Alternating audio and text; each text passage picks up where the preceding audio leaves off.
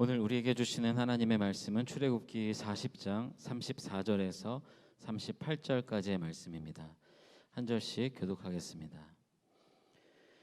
구름이 회막에 덮이고 여호와의 영광이 성막에 충만하매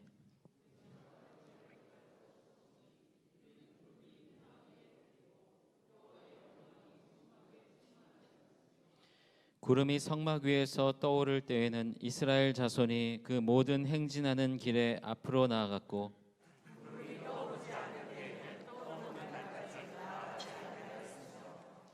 낮에는 여호와의 구름이 성막 위에 있고 밤에는 불이 그 구름 가운데에 있음을 이스라엘의 온 족속이 그 모든 행진하는 길에서 그들의 눈으로 보았더라. 아멘.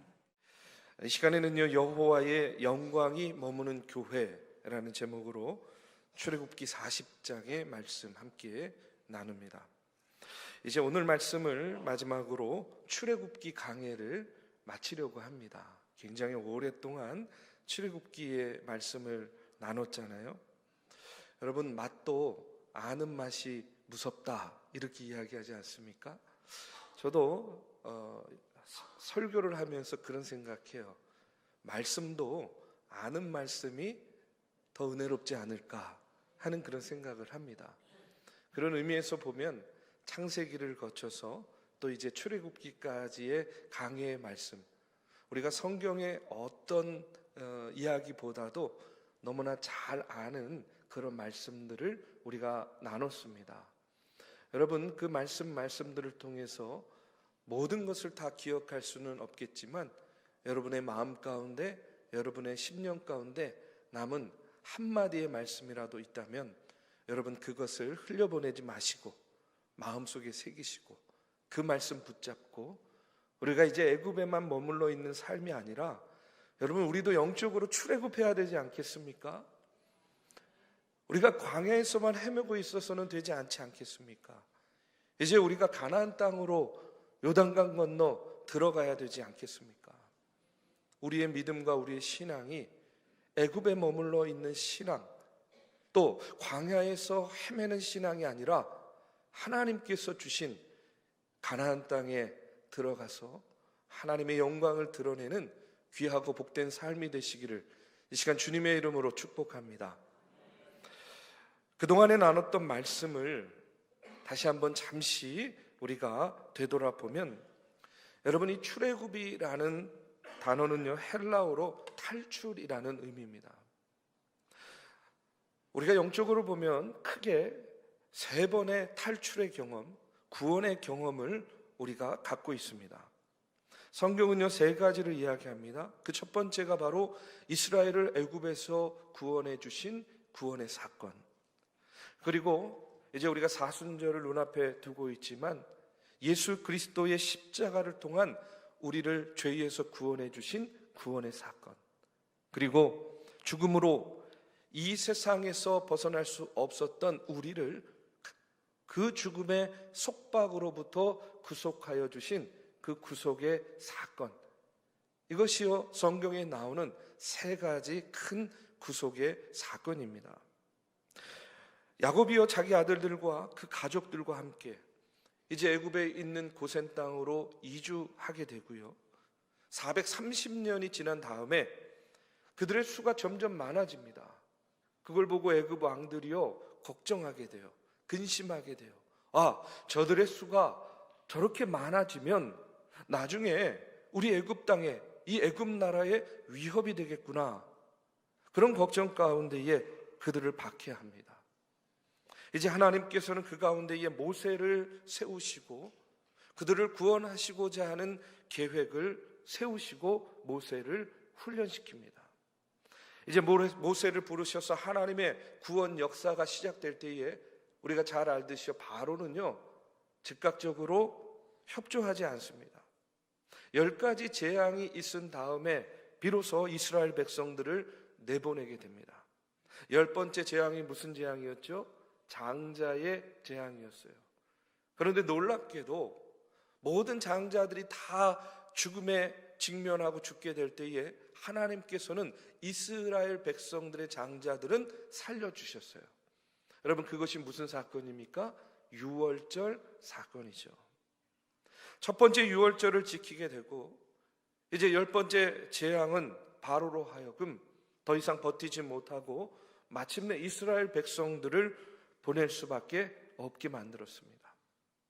출애굽해서 이제 홍해를 기적적으로 건너고 광야에 이른 이스라엘 백성들은요, 시내반도 최남단을 향해서 몇 명? 한 250만 명이라고 이야기했습니다. 굉장히 많은 사람들이죠. 대이동입니다. 남녀노소가 대이동을 하는데 하나님은요, 구름 기둥으로 낮에는, 밤에는 불 기둥으로 그들의 발걸음을 인도하십니다. 그와 함께 이제 이스라엘 백성들은 불순종할 때도 있고 또 금송아지 숭배를 할 때도 있고 잘못했다고 회개하면서 갈팡질팡하는 그런 이스라엘 백성들의 이야기가 이어져 나옵니다. 하나님께서는 만나와 메추라기와 물을 공급하시며 그들의 안위를 지켜주셨고요, 그 가운데에 아말렉과의 전쟁을 또 치르게 됩니다. 하나님의 놀라운 개입을 통해서 아말렉과의 전쟁에서 이기게 됩니다. 기적입니다. 그리고 모세의 장인 이드로를 통해서 그들을 찾아와서 그들에게 권위를 위임하여서 이 공동체를 지혜롭게 이끌어 갈 것에 대해서 충고하기도 합니다. 시내산에서 그들은 하나님과 언약을 맺고 이제 하나님 나라의 언약의 백성이 되고요, 하나님의 구원 사역의 동역자가 돼서 하나님 나라를 이루는 백성, 하나님 나라의 건설 사업을 이제 본격적으로 시작하게 됩니다. 그러기 위해서 먼저 하나님께서 그들에게 무엇을 주셨습니까? 10가지 계명을 통한 율법을 주십니다. 더불어 그의 백성과 함께 하기를 원하셔서 한 손에는 율법을, 또 다른 손에는 성막의 설계도를 같이 주십니다. 성막을 세우기 위해서 백성들에게 예물을 가져오라 하는데 어떤 예물이냐? 자원에서 드리는 예물을 모으도록 하셨습니다. 그리고 그 일을 감독하기 위해 장인을 임명하면서 친히 성막을 설계해 주고 계십니다. 그런데 그 가운데에 안타깝게도 인간의 죄성이 드러나는 거예요. 인간의 죄성이 어떻게 드러나느냐? 모세가 산에 올라가서 오랫동안 내려오지 않으니까 그들의 마음 가운데 두려움이 있었습니다. 염려가 생겼어요. 그래서 그들은 뭘 만들게 됩니까? 금송아지를 만들고 그것을 보고 뭐라고 이야기해요? 하나님이라고 이야기하는 거예요. 인간의 죄성, 인간의 어리석음이 드러나는 겁니다. 이와 같은 모습을 본 모세는요, 분노하여서 하나님께로 받은 돌판, 돌비를 깨트려 버리죠. 그러나 하나님은 당신의 백성들을 긍휼히 여기셔서 다시 한번 그들에게 기회를 주시고 다시 한번 언약을 새롭게 세워 주십니다. 이제 이어지는 말씀을 보면 성막을 세워야 되는데 이 금송아지 사건으로 인해서 성막 세우는 일이 지연이 된 거예요. 다시 출애굽기 35장에서 40장까지는 하나님께 회개한 이스라엘 백성들이 이제 자원에서 이 성막을 건축하고 하나님께 봉헌하는 그런 이야기로 출애굽기를 마무리하게 됩니다. 출애굽기의 말씀, 이 마지막에 성막을 건축하고 하나님께 봉헌하는 이 모습을 보면서 그런 생각이 들었어요. 아니, 왜 하나님께서는 이토록 이스라엘 백성들이 성막을 건축하기를 원하셨을까? 성막을 세우도록 명령하셨는가? 왜냐하면요, 지금 이스라엘 백성들의 상황 자체가 무언가를 세우기에 적합하지 않아요. 지금 어디에 있습니까? 광야에 있어요. 그 광야 생활 가운데에 마땅한 재료도 많지 않았을 거예요. 차라리 가나안 땅에 들어가서 정착하고 난 다음에, 조금 안정되고 난 다음에 더 튼튼하고 훌륭한 그런 성전을 건축하도록 하셨으면 어땠을까? 왜 하나님은 이토록 광야에서 이스라엘 백성들에게 성막을 짓도록 명령하셨는가? 저는요, 말씀을 묵상하면서 이렇게 생각을 하게 되었어요. 그것은 아마도 하나님께서 이스라엘 백성들의 그 연약함을 아셨기 때문에 하나님은 성막을 짓도록 명령하셨다는 거예요. 왜 하나님께서 이스라엘 백성들에게 성막을 짓도록 명령하셨는가? 그들의 연약함 때문에. 무슨 말씀이냐면, 우리가 잘 알듯이 시내산에 도착한 이스라엘 백성들에게 하나님께서 율법을 주셨어요.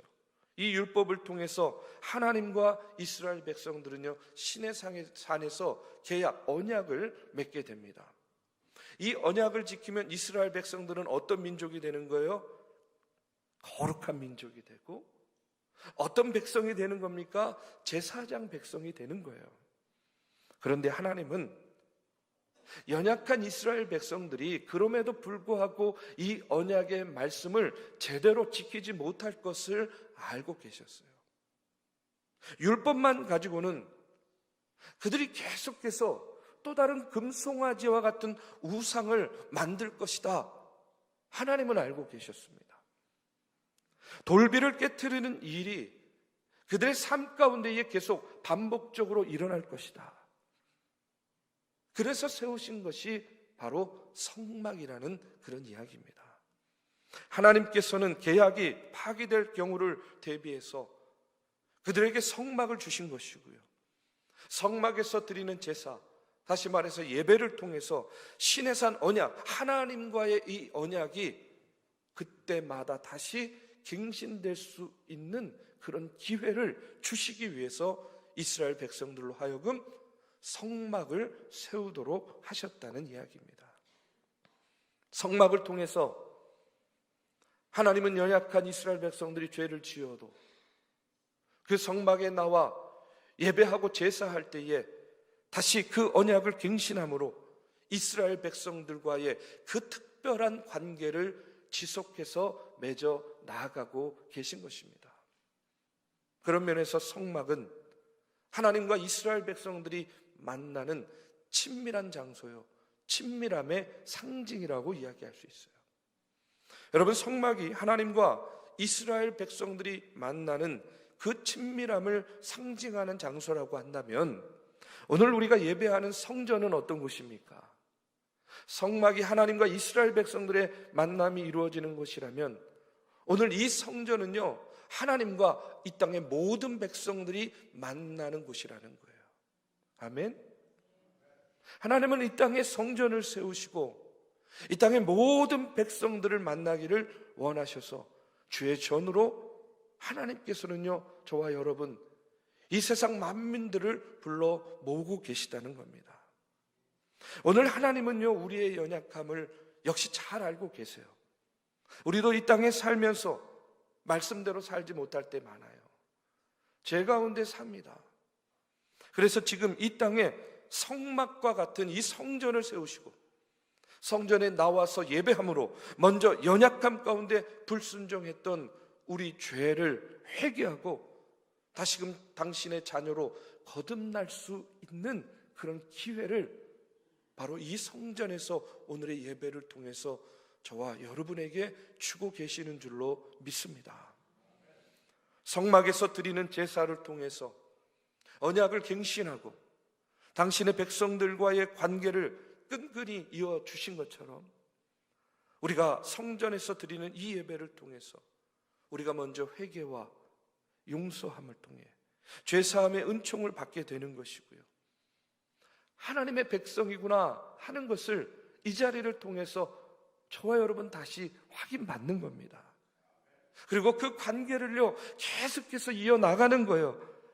저는요, 이 땅의 성전이 그렇기 때문에 하나님 나라 확장을 위한 시발점이다, 이렇게 믿습니다.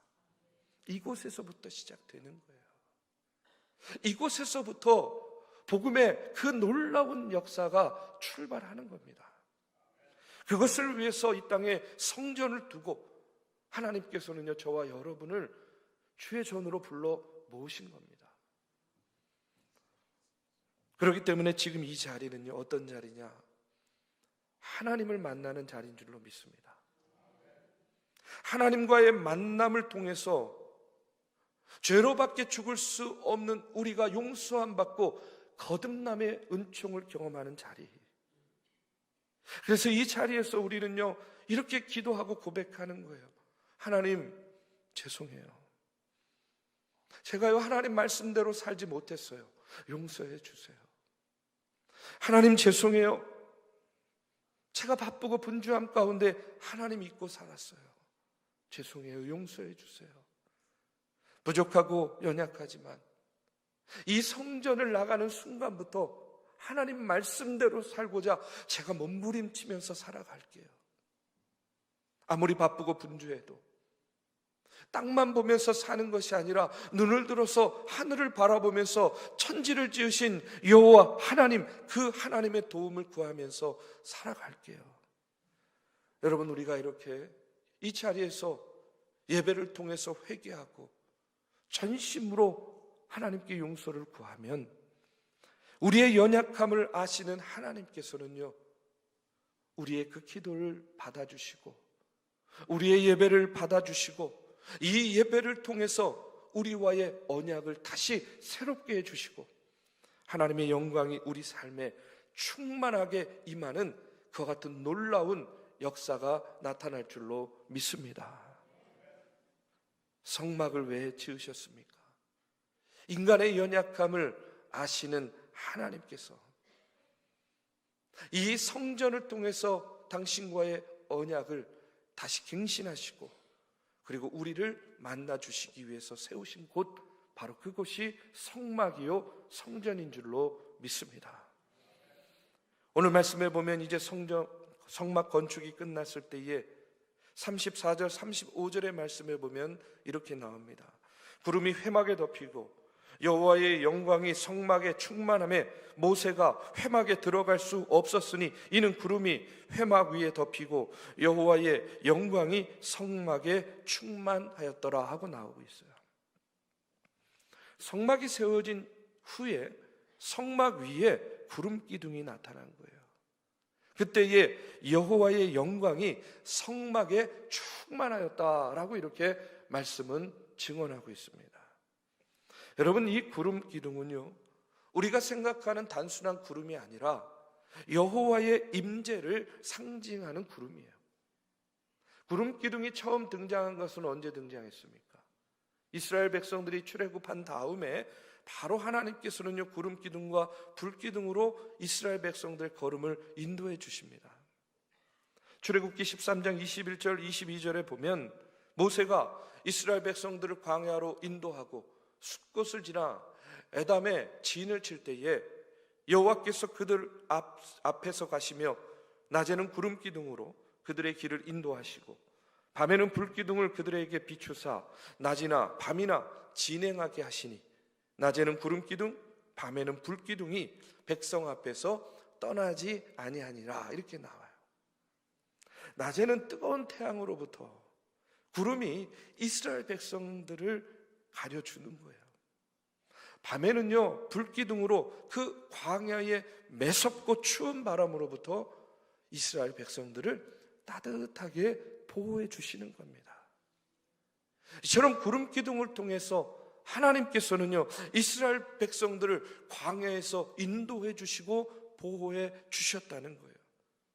그리고 그 구름 기둥은 출애굽의 시작부터 시내산 언약을 통해서 성막을 세우는 이때까지 늘 이스라엘 백성들을 떠나지 않고 그들의 갈 길을 인도해 주셨음을 우리가 알 수 있어요. 이제 성막이 완성되었습니다. 그때에 성막을 덮고 여호와의 영광이 성막에 충만하게 되었다는 거예요. 자, 이스라엘 백성들은 그 구름 기둥을 보면서 여러분, 그들은요, 무엇을 생각하고 누구를 생각하겠어요? 이스라엘 백성들에게 구름 기둥을 보는 것은 곧 누구를 보는 겁니까? 하나님 보는 거죠. 여호와 하나님께서 자신들과 늘 함께하고 계심을 뭘 통해서 확인하는 거예요? 구름을 통해서 확인하는 거예요. 36절 37절에 보면 구름이 성막 위에서 떠오를 때에는 이스라엘 자손이 그 모든 행진하는 길에 앞으로 나아갔고 구름이 떠오르지 않을 때에는 떠오르는 날까지 나아가지 아니하였다라고 나옵니다. 구름이 성막에 떠오르는 날에는 이스라엘 백성들이 이제 하나님께서 우리로 하여금 가라 하시는구나 하고요, 모든 진의 천막을 거두고 이제 법궤를 앞세우면서 어떻게 해야 되는 거예요? 이제 행진하는 거예요. 그런데 구름이 멈추면 이제 여기에서 멈추라고 하시는구나 하고요, 이제 그 자리에 머물러서 이제 진을 짜는 겁니다. 구름이 떠오르지 않고 머물면 그것이 하루든 한 달이든 계속해서 그들은 그 자리에 멈춰 있는 거예요. 왜? 하나님께서 가라 하는 사인을 주지 않았으니까. 이처럼 구름은 이스라엘 백성들이 언제 나아가야 될지, 언제 멈춰야 할지 이것을 가르쳐주고 인도해 주는 그런 역할을 하고 있는 거예요. 그들에게 있어서 이 구름 기둥은 그렇기 때문에 하나님의 뜻을 분별하는 도구가 되었다는 거예요. 사인이 되었다는 겁니다. 저는 이 말씀을 보면서 구름 기둥이요, 마치 신호등 같다 하는 그런 생각이 들어요. 여러분, 이스라엘 백성들이 가야 할 때가 언제인지, 멈춰야 될 때가 언제인지 무엇이 알려줍니까? 구름을 통해서 알려주는 거예요. 우리가 운전할 때에 여러분 신호등 보고 가기도 하고 멈추기도 합니다. 그런데 이 신호등의 신호는요, 사회적인 합의, 사회적인 약속 때문에 지켜지는 거예요. 만약에 이 약속이, 이 합의가 깨지면요, 이 신호등은요 제대로 된 역할을 할 수 없어요. 수많은 교통사고 중에 가장 많이 일어나는 사고가 뭐 때문에 일어납니까? 신호 위반이잖아요. 그렇죠? 신호 위반. 멈춰야 되는데 직진하는 거예요. 가야 되는데도 갑자기 멈춰섭니다. 좌회전 신호 났는데요, 직진하는 거예요. 그러면 여지없이 어떻게 되는 거예요? 사고 나는 거예요. 저는요, 우리의 삶 속에서도 마찬가지라고 믿습니다. 우리의 삶 속에서 일어나는 수많은 사건과 사고들이 있잖아요. 우리의 삶 속에서 일어나는 그 수많은 사건과 사고의 가장 큰 원인은 뭐냐면, 우리가 가야 될 때와 멈춰야 될 때를 제대로 분별하지 못하기 때문이라고 생각해요. 가야 되는데 멈춰 있는 겁니다. 멈춰야 되는데 내 뜻과 내 생각을 앞세워가지고 가는 거예요. 그러면 어떻게 됩니까? 여지없이 사고가 날 가능성이 많은 것이죠. 저는 교회도 마찬가지라고 생각해요. 교회가요, 서둘러 처리해야 될 일이 있습니다. 그러나 또 어떨 때는요, 잠잠히 기다리면서 하나님의 도움을 구해야 될 때가 있다는 거예요. 마음이 앞서가지고요, 막 서둘러가지고 일을 하게 되면 문제가 생기고 다툼과 분쟁이 발생하기가 쉬워요. 반대로 하나님께서 부르시고 사명 주시고 가라 사인을 주셨는데 멈춰 있고 주저하고 미루게 되면 그 역시 하나님의 인도하심을 경험할 수가 없게 되는 것이죠. 가나안 땅에 들어가지 못하는 거예요. 아니 40년이 아니라 50년, 60년, 100년이 돼도 여전히 그냥 광야에서 헤맬 수밖에 없게 되는 것이죠. 하나님께서 함께하는 교회, 하나님께서 함께하는 개인은요, 성령께서 갈 때와 멈춰 설 때를 우리에게 사인을 주시고 분별하게 해 주신다. 저는 그렇게 믿습니다. 그럴 때 우리가 어떻게 반응해야 되느냐? 사무엘상 3장에 보면 하나님께서 어린 사무엘을요, 사무엘아, 사무엘아 부르실 때에 처음에는 그가 깨닫지 못하지만 나중에 이것이 하나님의 부르심이구나 이렇게 깨달았을 때에 그 어린 사무엘이요 어떻게 반응을 하느냐? 내가 여기 있나이다 하고 이렇게 반응하며 나아갑니다.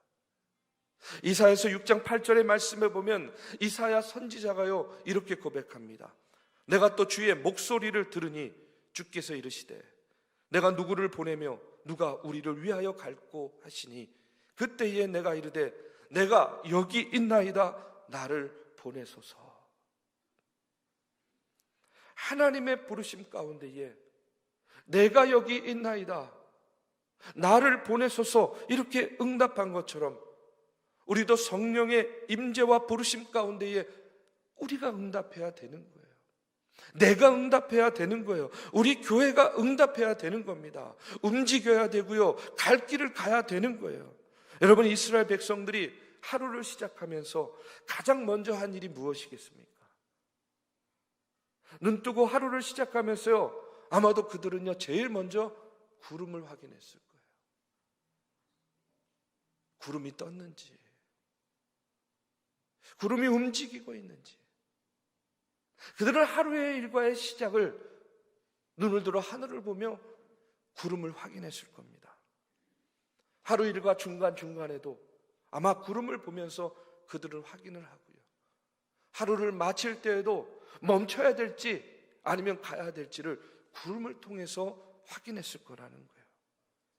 이와 마찬가지로 저와 여러분, 우리 중앙교회가요, 광야 같은 그런 삶의 길을 가면서 우리가 눈을 뜰 때부터 하루를 마감하는 그 순간까지 우리가 확인해야 될 것은 무엇이냐, 우리가 바라봐야 될 것은 무엇이냐? 여러분, 구름을 바라봐야 되는 거예요. 구름이 뭐라 그랬습니까? 하나님이라고 이야기했어요. 하나님의 임재의 사인입니다. 그럴 때에 하나님께서 가라 하시는 때가 언제이고 멈추라 하시는 때가 언제인지를 우리는요 제대로 분별하는 그런 삶을 살아갈 수 있는 겁니다. 그러기 위해서 우리는 매일 주님의 뜻을 확인하는 과정이 필요해요. 여러분, 무엇으로 주님의 뜻을 확인하겠습니까? 저는요, 예배와 말씀과 기도가 하나님의 뜻을 확인하는 그런 과정이라고 믿습니다. 예배가 내 삶의 우선에 있지 않고, 바쁘다는 핑계로 하나님의 말씀을 묵상하지 않고, 우리가 기도하지 않으면 구름을 보지 않고 사는 것과 같다는 거예요. 말씀과 기도는 우리의 삶을 향한 주님의 뜻을 깨닫는 가장 확실한 길임을 여러분 믿으시기를 주님의 이름으로 축복합니다. 우리 사랑하는 믿음의 성도 여러분, 하나님이 가라 할 때 담대히 나아가시기를 바라고요, 멈추려 할 때는요 아쉽지만 멈춰서서 잠잠히 하나님의 인도하심을 기다리시기를 바랍니다.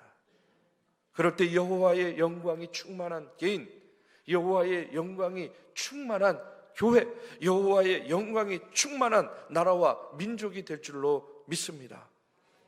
이제 출애굽기 강해의 말씀을 마칩니다. 강해를 마치며 우리가 다시 한번 꼭 기억해야 될 것은 뭐냐면, 하나님께서 이스라엘 백성들을 출애굽시키신 목적은 언제 어느 때이든지 나를 잊지 말고 기억하고 나에게 예배하라, 예배하는 백성으로, 민족으로 세우기 위해서 이스라엘 백성들을 출애굽시키셨습니다. 성막을 세우고 성전을 세우신 이유도 당신을 기억하고 예배하게 하기 위해서 세워주셨습니다. 오늘 우리를 이 중앙교회를 통해서 성전에 모으신 이유도 여러분, 우리가 이 땅에 살아가는 동안에 하나님을 기억하고 주님의 날, 주의 전에 나와서 신령과 진정으로 예배하라고 여러분 이렇게 귀한 성전을 세우시고 우리를 불러 모아주신 줄로 믿습니다. 하나님은요, 우리 모두가 예배하는 삶, 말씀 가운데 서는 삶, 기도를 통해서 하나님과 1대1로 친밀한 교제하는 삶을 살기를 원하세요. 여러분, 우리 할 수 있습니다. 저 사람만 할 수 있는 게 아니에요. 저 교회만 할 수 있는 게 아니에요. 우리 할 수 있어요. 내가 할 수 있습니다.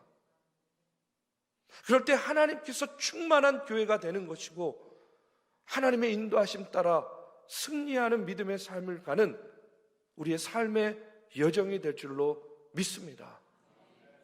애굽에 머물러 있지 마시고, 여러분 광야에서 헤매이지 마시고, 우리가 성전에서 드리는 거룩한 예배를 통해서 하나님과의 그 언약을 갱신함으로 말미암아 여러분 가나안에 살아가는 저와 여러분, 우리 중앙교회가 되시기를 이 시간 주님의 이름으로 축복합니다.